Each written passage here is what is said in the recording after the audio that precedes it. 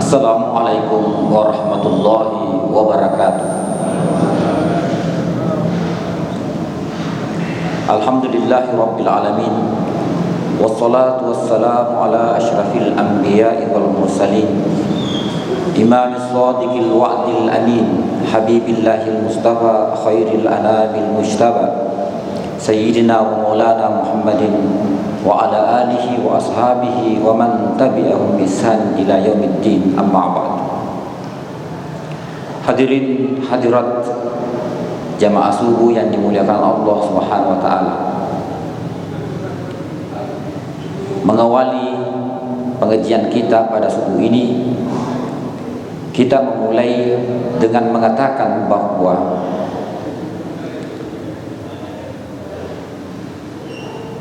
kehidupan ini, suka dan duka, adalah cara pandang orang beriman, tidak ada bedanya. Karena itu hanya postur dan fisik. Allah Subhanahu wa taala tidak melihat itu.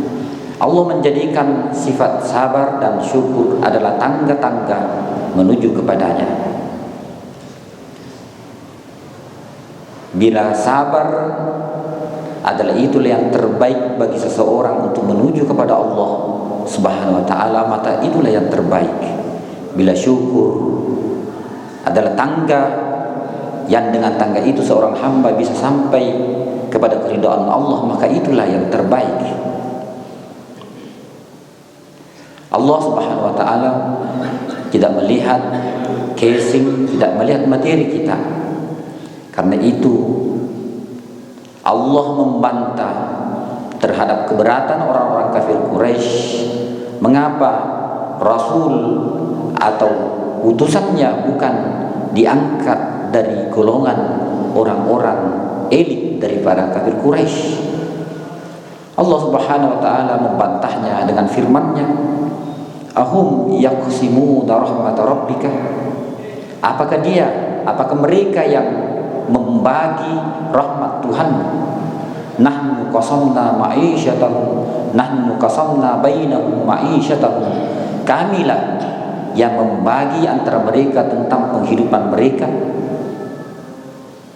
Wa rafa'na ba'dahum fawqa ba'din darajat, kami mengangkat sebagiannya atas sebagiannya beberapa derajat. Liyattakhidha ba'duhum ba'dan sukhriya, agar sebahagian mereka atas sebagiannya menjadikan pembantu atas yang lainnya. Wa rahmatu rabbika khairun mimma yajma'un, dan rahmat Allah, rahmat Tuhanmu lebih baik daripada apa yang mereka kumpulkan. Ayat ini menunjukkan dengan jelas bahwa kehidupan ini ada miskin, ada kaya, ada orang berduka, ada bersuka, ada pejabat, ada rakyat, ada pemimpin, ada yang dipimpin, dan seterusnya. Tetapi Allah Subhanahu wa taala tidak melihat kelas-kelas itu. Karena adanya kelas, ada direktur, ada anak buah, ada bos, itulah hikmah kehidupan untuk jalannya kehidupan ini. Karena kalau semuanya dokter, siapa yang mau disuntik? Siapa yang mau diperiksa? Kalau semuanya pasien, siapa yang bisa menyuntiknya?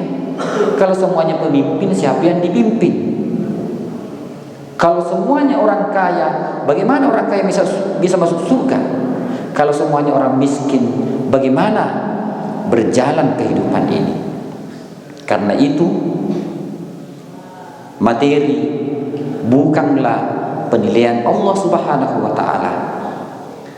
Karena di samping materi bentuk tubuh kita itu bukan pilihan kita, bukan pilihan saya dilahirkan dari satu suku yang kecil orangnya, warnanya coklat, bukan pilihan kita.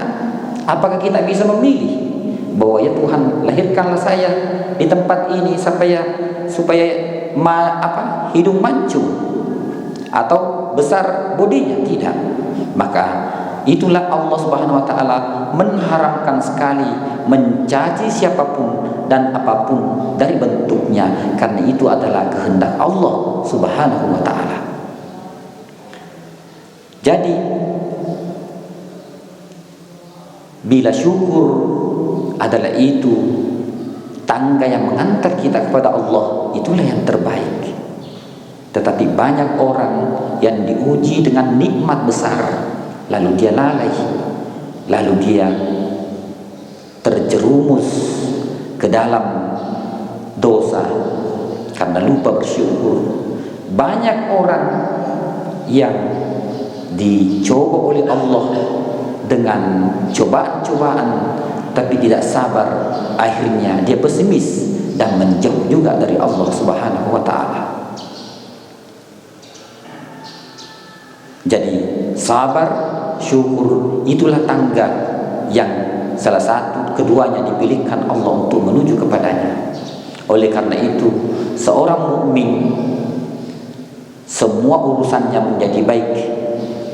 Iza asabathu sarra'un fasyakara fakana khairan lahu. Bila dia ditimpa suatu nikmat, maka dia mensyukurinya, maka menjadilah syukurnya itu menjadi kebaikan. Bila dia ditimpa sesuatu penderitaan atau musibah, lalu dia bersabar, maka itu menjadi pula kebaikan baginya. Jadi syukur adalah, kalau syukur yang mengantarkan kita kepada Allah Subhanahu wa taala, maka kenapa tidak? Kalau sabar itu mengantarkan kita kepada Allah Subhanahu wa taala, kenapa tidak? Betapa banyak orang dikaruniai nikmat, tetapi yang selalu dipanggil adalah makhluk. Selalu berbicara, menelpon, WA, mengirim, hanya makhluk saja yang dipanggil. Lalu Allah memberinya musibah dengan surat cinta, musibah yang tak mengenakan, kehilangan hartanya, kehilangan anggota keluarganya, baru dia kembali kepada Allah, baru dia memanggil Allah Subhanahu wa taala.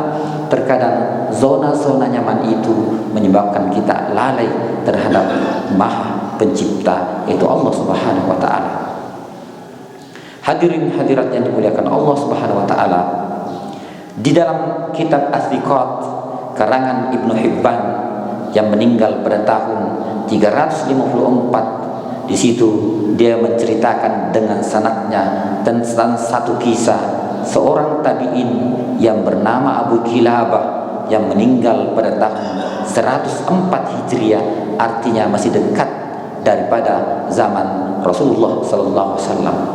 Di situ diceritakan, Ibnu Hibban meriwayatkan kisah ini dari Abdullah bin Muhammad, bercerita bahwa suatu ketika, suatu waktu saya berjalan di tengah hutan karena saya tersesat dan tidak bisa kembali.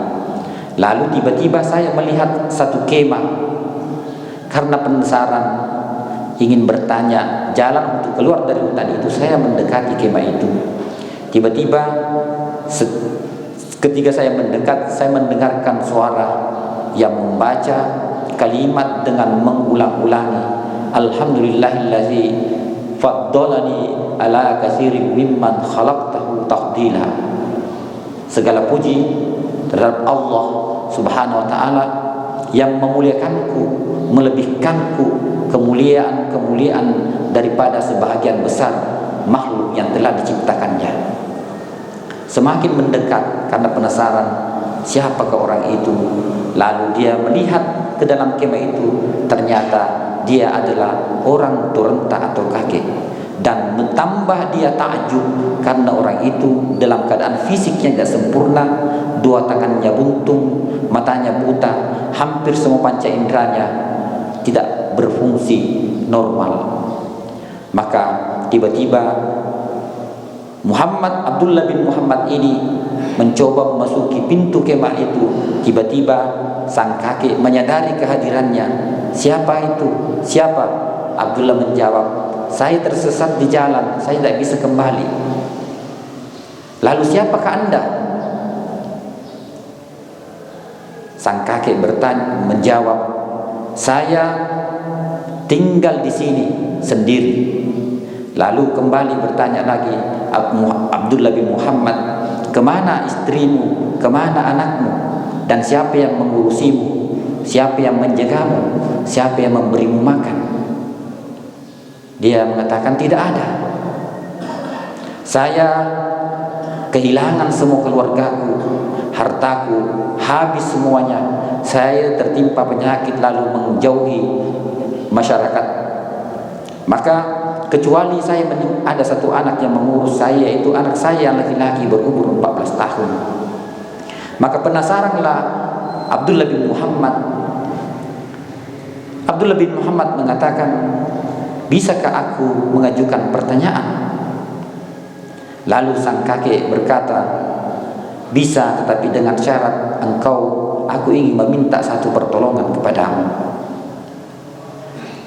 Lalu Abdullah bin Muhammad mengatakan, sebelum saya menunaikan permintaan bantuanmu itu, saya ingin engkau dulu menjawab pertanyaanku. Maka sang kakek tambah penasaran, apa pertanyaan Abdullah bin Muhammad? Abdullah bin Muhammad melanjutkan, saya mendengarkan doamu tadi. Saya mendengarkan doa-doamu bahwa segala puji Allah yang telah mengkaruniakan nikmat yang lebih daripada makhluk yang lain. Saya ingin mengetahui apa nikmat apa yang Allah karuniakan kepadamu, padahal kedua tanganmu buntu, buta matamu, dan kau juga sudah tua dan tidak bisa berjalan.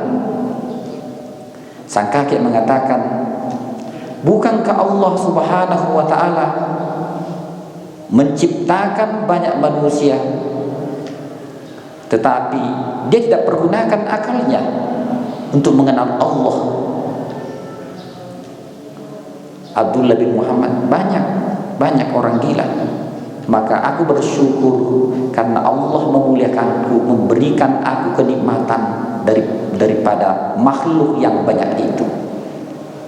Kembali lagi sang kakek bertanya, apakah Allah tidak mengkaruniaku pendengaran yang aku pakai mendengar untuk mendengarkan azan, mendengarkan kebaikan, mendengarkan apa yang ada di sekelilingku? Abdullah bin Muhammad menjawab, banyak orang yang tuli tidak mendengar. Kemudian sang kakek mengatakan, kalau begitu aku bersyukur kepada Allah Subhanahu wa ta'ala terhadap nikmat pendengaran yang telah berikan kepadaku, karena di sana masih banyak orang di luar di sana yang sudah tidak bisa lagi mendengar. Lalu sang kakek lagi bertanya, apakah banyak orang di sana, di luar sana, yang menyembah berhala, tidak beriman kepada Allah Subhanahu wa ta'ala? Abdullah bin Muhammad menjawab, banyak sekali. Kemudian sang kakek berkata, kalau begitu saya bersyukur kepada Allah Subhanahu wa ta'ala karena memberikan aku nikmat iman, nikmat Islam yang lebih mulia daripada banyak makhluk Allah Subhanahu wa ta'ala di luar sana. Begitu terus menerus sang kakek menghitung kenikmatan Allah Subhanahu wa ta'ala. Lalu tibalah waktunya sang kakek meminta pertolongan. Sekarang giliran saya ingin meminta bantuan kepada kamu, sebagaimana engkau melihat keadaanku, sudah buta, tidak bisa berjalan. Maka Abdullah bin Muhammad, silahkan, apa permohonannya? Sang kakek mengatakan, tolong carikan anakku. Dia dari semalam keluar mencari makan. Apakah saya tidak tahu apakah dia sudah mati sehingga tidak bisa diharapkan lagi kembali, atau dan sebagainya. Maka Abdullah bin Muhammad menanyakan ciri-ciri anaknya itu. Tak lama kemudian Abdullah bin Muhammad meninggalkan kemah itu bertujuan untuk mencari si bocah umur 14 tahun itu. Dia mencari ke sana kemari sampai ke perkampungan, menanyakan ke orang lain, sampai tibalah dia menengok satu bukit di mana burung gagak berkerumun. Maka dia mendekat ke tempat itu. Ternyata dia menemukan satu mayat yang sudah tercabik-cabik, dan kemudian ketahuan adalah anak sang kakek yang berumur 14 tahun itu yang diterkam oleh serigala dan disisakan sisa-sisanya seburu-buru. Maka tambah bingunglah Abdullah bin Muhammad. Dia kembali, dia merasa kasihan kepada kakek itu daripada anak itu yang sudah meninggal itu. Lalu dia tidak tahu bagaimana memulai, dari mana ingin memulai berbicara dengan sang kakek. Maka dia pun pulang. Dia kembali menemui sang kakek. Tiba-tiba sang tua langsung bertanya, bagaimana, apakah engkau sudah bertemu dengan anakku? Abdullah bin Muhammad berkata, menurut kamu, apakah engkau lebih mulia daripada Nabi Ayyub alaihissalam? Sang kakek kaget dan menjawab, tentu saja Nabi Ayyub yang lebih mulia daripada saya.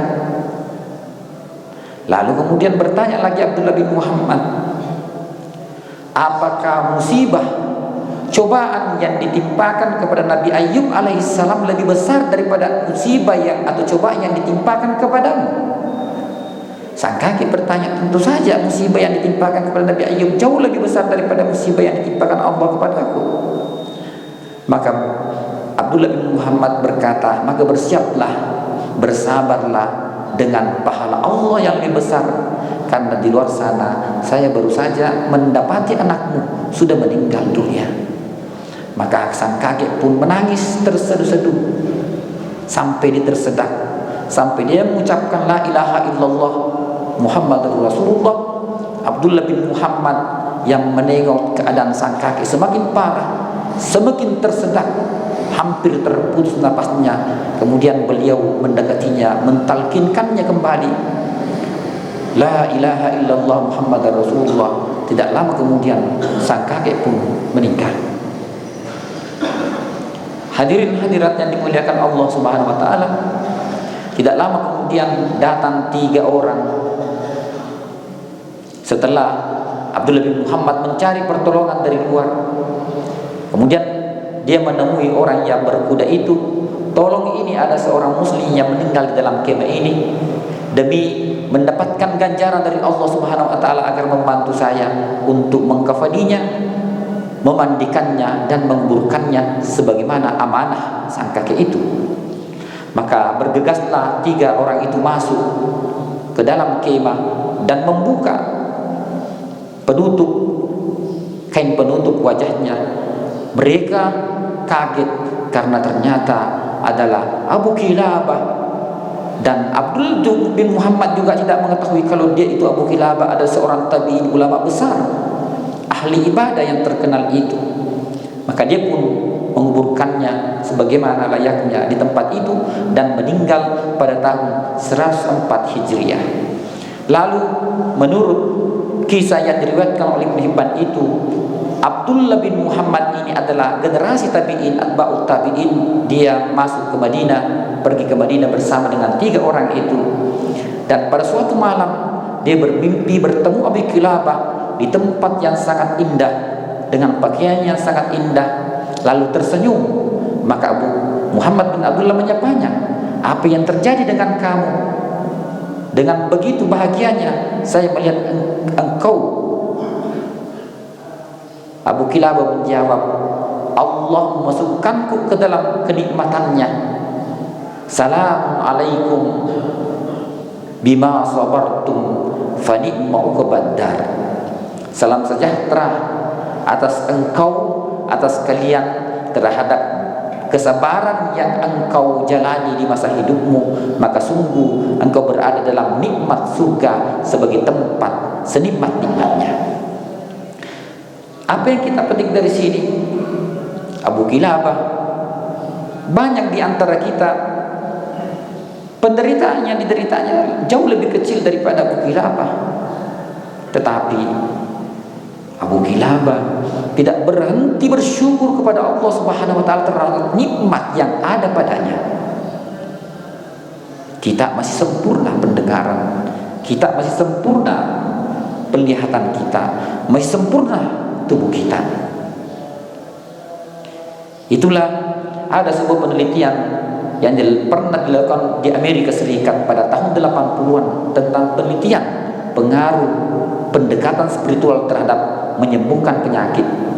Dalam penelitian itu menemukan bahwa rata-rata orang yang punya kekuatan spiritual, yang punya keimanan, yang punya pendekatan agama, dia tidak merasakan penderitaan sakitnya berkurang lebih atau hampir 30%. Karena pendekatan agama itu. Jadi kebahagiaan itu adalah cara memandang kita terhadap sesuatu. Cara memandang kita terhadap sesuatu itu, bila kita berpositif thinking kepada Allah, maka itu akan terbawa juga positif di dalam diri kita. Tetapi kalau kita keberatan terhadap apa yang menimpa kita, maka itulah adalah derita di atas derita.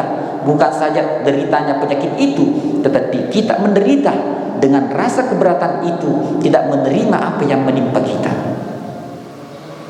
Hadirin hadirat yang dimuliakan Allah Subhanahu wa taala. Seorang ulama sufi mengatakan, syukur itu, syukur ada namanya syukur, ada namanya syakur. Syukur adalah mensyukuri nikmat yang disyukuri, yang membahagiakan. Tetapi syakur mensyukuri cobaan yang Allah berikan kepadanya, karena bukan lagi nikmat yang dilihat, tetapi yang memberikan. Karena dia mengetahui dengan keyakinannya bahwa bila Allah Subhanahu wa taala yang memberikan, sekalipun itu derita, pasti di dalamnya ada hikmah, pasti di dalamnya ada kebaikan untuk akhiratnya. Itu yang dilihat. Oleh karena itu, asy-syakur antara suka dan duka sudah sama baginya, tidak berbeda lagi, karena dia melihat semuanya datang dari Allah Subhanahu wa taala. Suka dan duka, dia selalu senang, dia selalu bahagia melihatnya, karena itu datang dari Allah Subhanahu wa taala. Oleh karena itu, banyak orang bersyukur, tapi sedikit orang yang bersyakur. Oleh karena itu Allah berfirman, wa qalilun min ibadis syakur, dan hanya sedikit hambaku yang bersyakur, yang banyak bersyukur. Kalau dia mendapatkan nikmat, dia bersyukur karena ada nikmat. Imam Al-Ghazali dalam kitabnya Ihya Ulumuddin menjelaskan tentang syukur. Untuk mencapai tingkatan syukur ada 3 tahapan. Yang pertama adalah mengenal siapa yang memberikan rezeki itu, yaitu Al-Mun'im, itu Allah. Harus melihat bahwa pemberi rezeki itu mutlak Allah. Segala yang kita lihat mata ini adalah semua perantara. Inilah kealpaan kita sebagai manusia awam. Kita kadang lebih menghormati perantara itu daripada yang menjadikan perantara itu. Ibaratnya ini tangan perantara memberikan rezeki kepada kita. Kita menyembah tangan, melupakan siapa yang punya tangan, siapa yang menggerakkan tangan itu. Bukankah Allah Subhanahu wa taala berfirman, "Qul ara'aytum in ja'alallahu 'alaikumul laila sarmadan ila yaumil qiyamah." Lihatlah, katakan, coba lihat, perhatikan, andaikan Allah Subhanahu wa taala menjadikan bumi ini selama-lamanya malam, maka tentu saja dingin kita membangun semua. Andaikan malam terus, man ilahu ghairullah yatikum bidya. Siapa Tuhan yang menciptakan terang matahari? Afala tasma'un? Apakah kalian tidak mendengar? Qul ara'aytum in ja'alallahu 'alaikum nahara sarmadan ila yaumil qiyamah. Katakan Muhammad, bagaimana pendapatmu andaikan dunia ini siang terus-menerus tidak ada malamnya, maka kita akan terbakar. Man ilahu ghairullah ya'tikum bilailin. Siapakah Tuhan yang mendatangkan malam itu?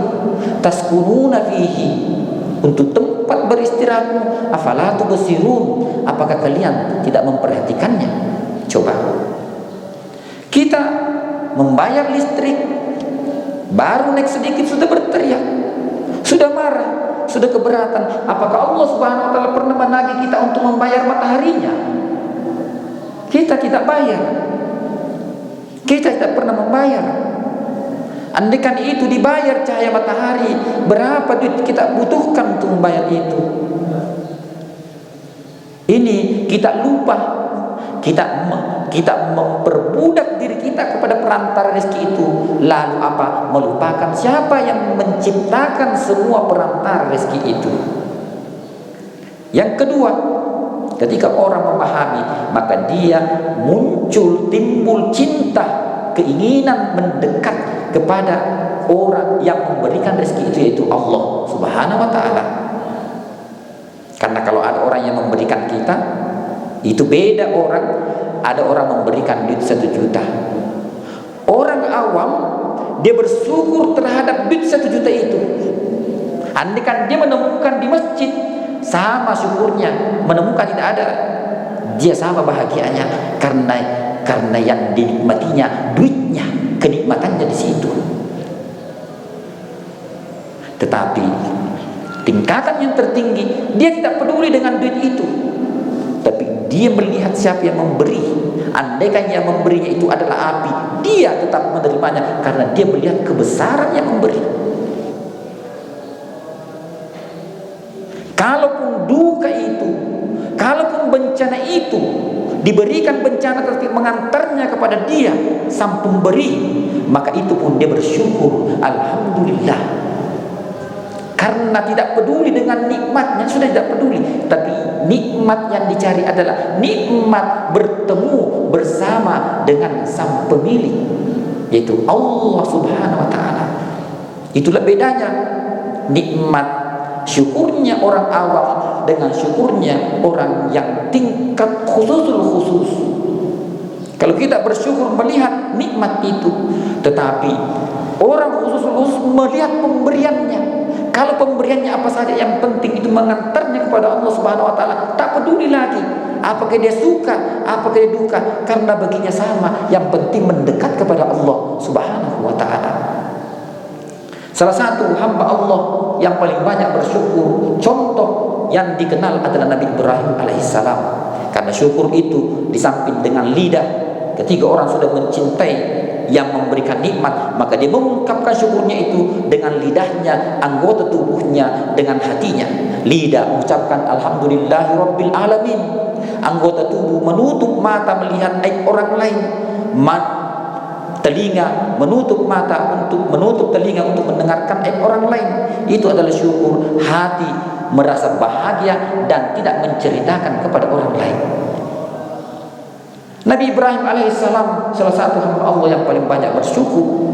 Tidak pernah makan Nabi Ibrahim tanpa ada orang makan bersamanya. Kalau tidak ada orang, dia selalu berdiri pintu rumahnya menunggu orang datang untuk diajak makan. Kalau tidak ada orang lewat depan rumahnya diajak makan bersama, dia keliling kampung baru dia makan kalau dia menemukan tamu. Saking bersyukurnya. Pernah suatu ketika datang kakek, seorang malaikat menyamar menjadi kakek. Nabi Ibrahim, saya butuh makanan. Nabi Ibrahim mengatakan, baca subhanallah walhamdulillah wala ilaha illallah wallahu akbar, saya kasih kamu 100 unta, 100 kambing. Dia baca itu subhanallah walhamdulillah wala ilaha illallah wallahu akbar, dikasih 100 kambing. Baca lagi 10 kali, saya kasih kamu setengah. Banyak sekali, puluhan ribu kambingnya Nabi Ibrahim.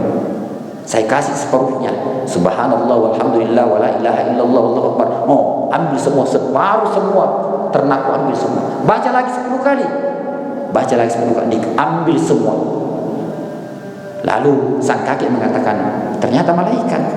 Ibrahim, saya ini malaikat, saya tidak butuh kambing, saya cuma ngetes kamu.